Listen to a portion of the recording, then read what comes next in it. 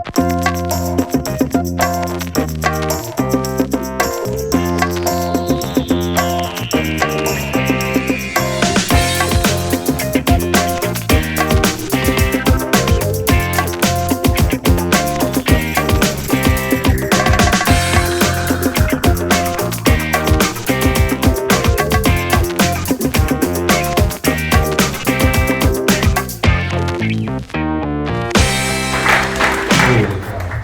morning, everyone.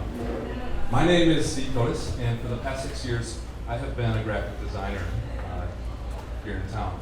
From a boutique design shop all the way up to a large marketing agency, I have had a lot of experience forming sort of my own beliefs about design. Over the past 6 years, I've started to question things a lot more and ask this bigger question, why? And in doing so, I've started to have my own values for design, and that design can be used for the greater good, that it can add value to our lives. So, a few years back, I was at my desk and I was listening to a podcast. I had my headphones in and I was plugging away. That podcast is called 99% Invisible. Have any of you heard of it? All right, a handful of you, good. So, the host, Roman Mars, he talks about all forms of design, from architecture to wayfinding, fonts to furniture. And one episode in particular really piqued my interest, and that episode was called Vexillionaire. Vexillionaire is a riff on the word vexillology, which is the study and history of flags. So in it, he interviews a gentleman by the name of Ted Kay. And Ted lives out in Portland, and he represents NAVA, which is the North American Vexillological Association. It's a big nerd community of flags. And he also wrote a book on flag design called Good Flag, Bad Flag, How to Design a Great Flag. So in that episode, Mars interviews him and he explains that it was believed at their origin that flags had these mystical powers that protected their owners because they were flown and pointed upward towards the heavens. But quite simply, a flag is a distinct symbol of the entity that it represents. Moreover, it reinforces the beliefs of the people who fly that flag. So that started to get me interested in Milwaukee's flag, and I started to research and find out how it became. Well, it turns out that in 1955, this gentleman here, Alderman Fred Steffen, had cobbled together a bunch of the submissions that the city took during the contest. Our current flag is more of a painting of Milwaukee in 1955 than it is a flag. It's littered with symbols and icons, and even to the point of parody, there is the design of an actual flag within the flag. So this flag inception, if you will. So let's take a step back together. There are 5 basic principles to flag design, according to NAVA. Number 1, simple, goes without saying. The flag should be so simple that it can be redrawn from a child's memory. Number 2, symbolism. The colors, shapes, the patterns of the flag should symbolize what it represents. Number 3, one of the best ones out there, Chicago. Use 3 colors in a standard color set.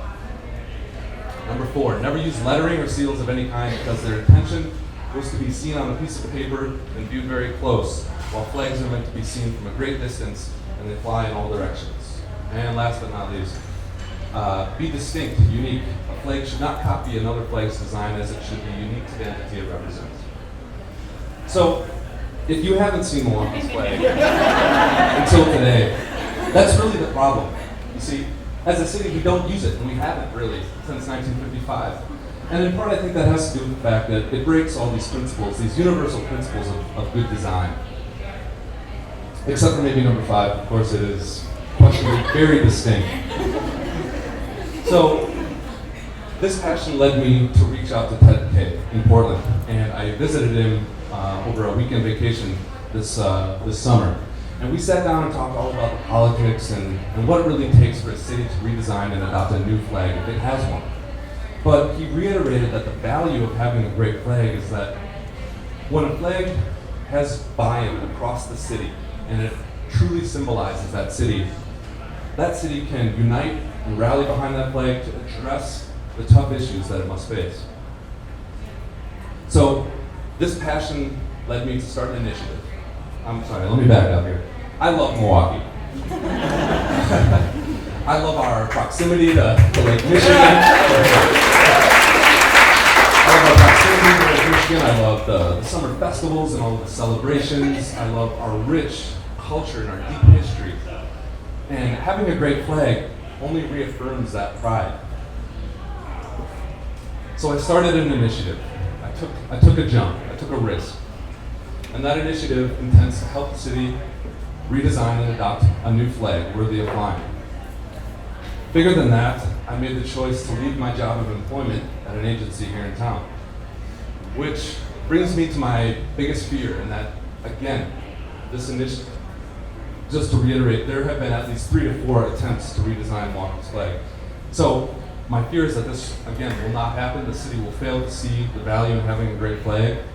Making my decision to leave the initiative and quit my job, a big mistake. But I remain hopeful.